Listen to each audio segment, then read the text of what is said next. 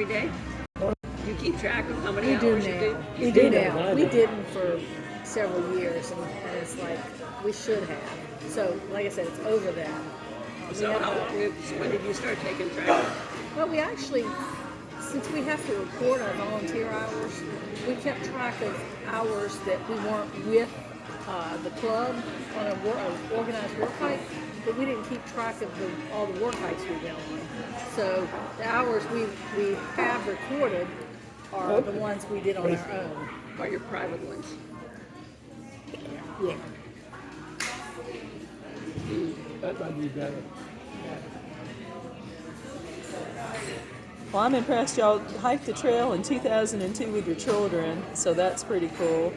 And y'all were called the odd couple back then. What did they call your children? Were they part of they have their own trail names? Yeah, they had their own trail names. Our daughter was Cascade, and our son was Rockslide. And how old were they? 8 and 11. 8 and 11. Did they enjoy it? They have a lot of fun? Yeah. And did y'all stay pretty much injury-free other than blisters maybe? Actually, I never got any blisters. Did you get one? Yeah. I think he got one blister. That's The kids, amazing. No blisters. That's So wonderful. we stayed pretty much injury-free.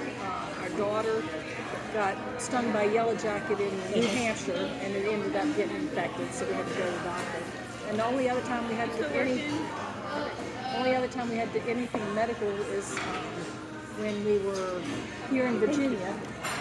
We went to trail days and brought along one of our daughter's friends for trail days, and by the time we got home, she was running a fever, our daughter's friend, and she had strep throat.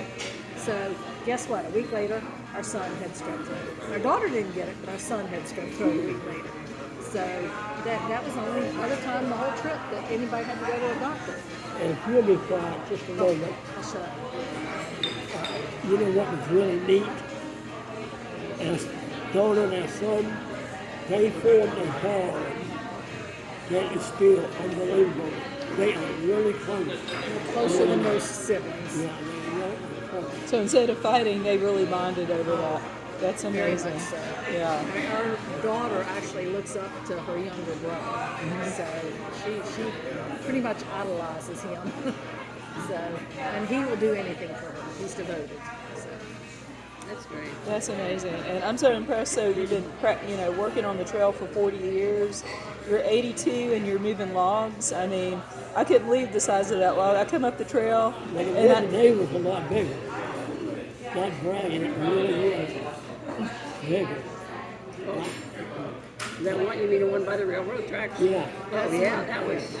well, I wish I had been there to help you. Like I said, I just happened to be reading my my AWOL book, and I saw Homer and Theresa. I said, I know those names. I met Homer the other day.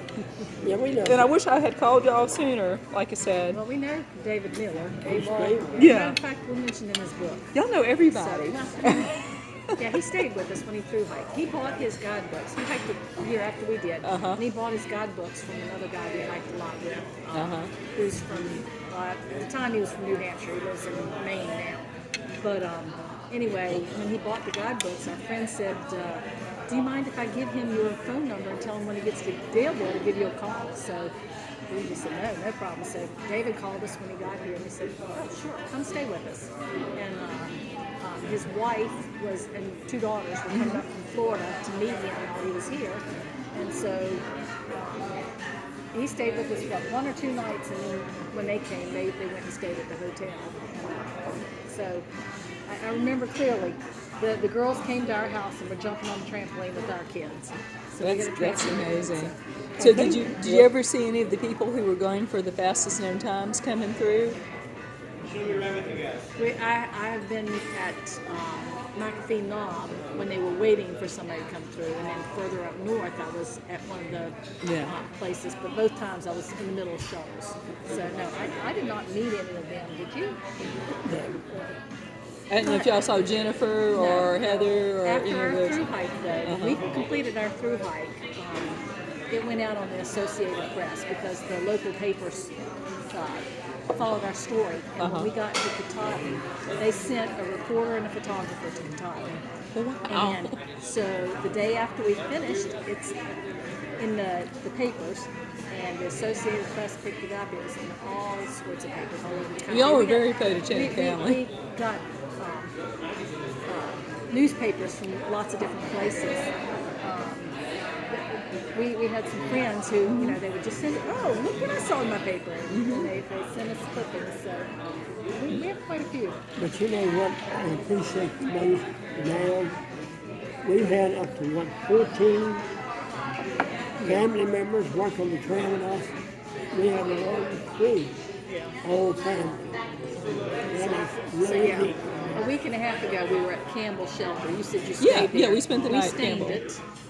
So we were staying in the shelter, and we had 12 family members that day staying in the Wow. shelter.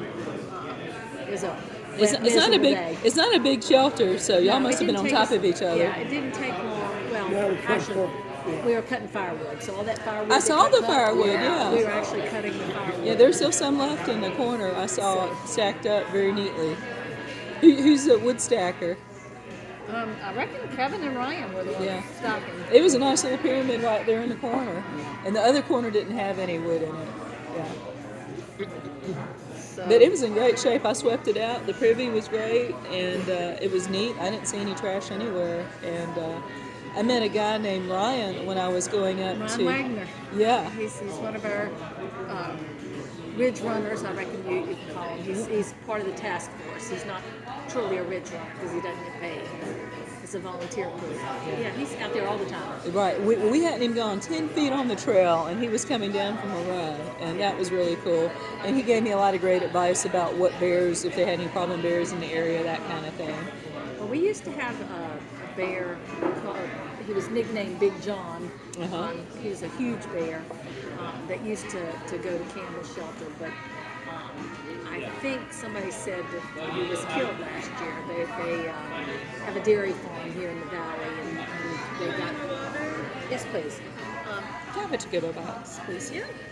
Thank you. They had a permit to kill some of the bears because they were trampling all over their fields and getting all their corn and that. So Big John finally got weeded out. I That's think kind of they- a shame because you don't see many big bears anymore. I think they said he was 600 pounds, right? Yeah. 600-pound bear. So that's a pretty big bear. It is a big bear. I only saw, thank you very much. I only saw about 3 bears, actually 5. I saw the first 2 bears, or where a lot of people see them at the Trailside Zoo in New York. And then I didn't see my next one until Virginia. It was a small one, and it ran like hell. And I'm like, hey, bear! And the bear, psh.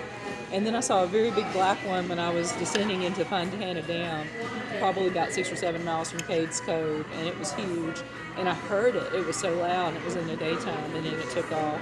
And then I've heard several around camp at night, but I just haven't wanted to go out and bother checking out the camp.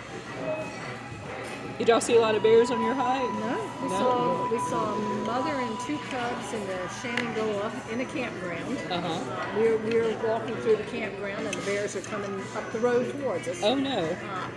But I mean, it wasn't a problem. They didn't get that very close.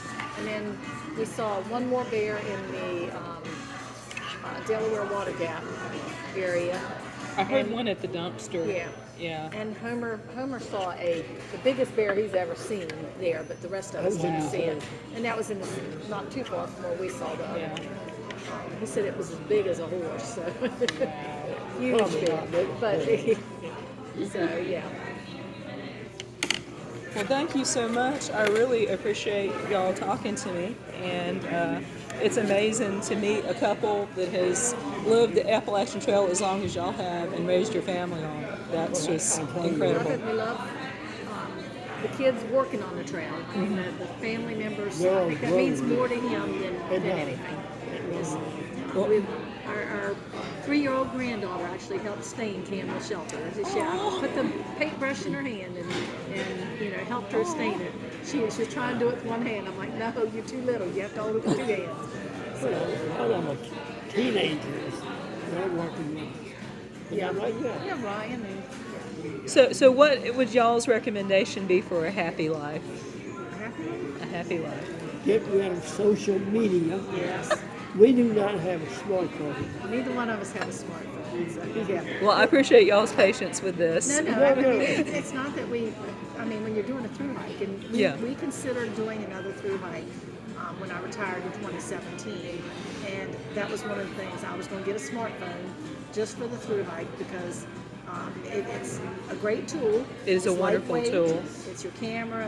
It has double duty. But yeah, we don't want a smartphone. I had one when I worked. When I retired, I said, never again. Well, thank you so much, Theresa and Herman Witcher. We really appreciate all you do. And we wish you the best. Because I'm older than you are, and I know what it's like.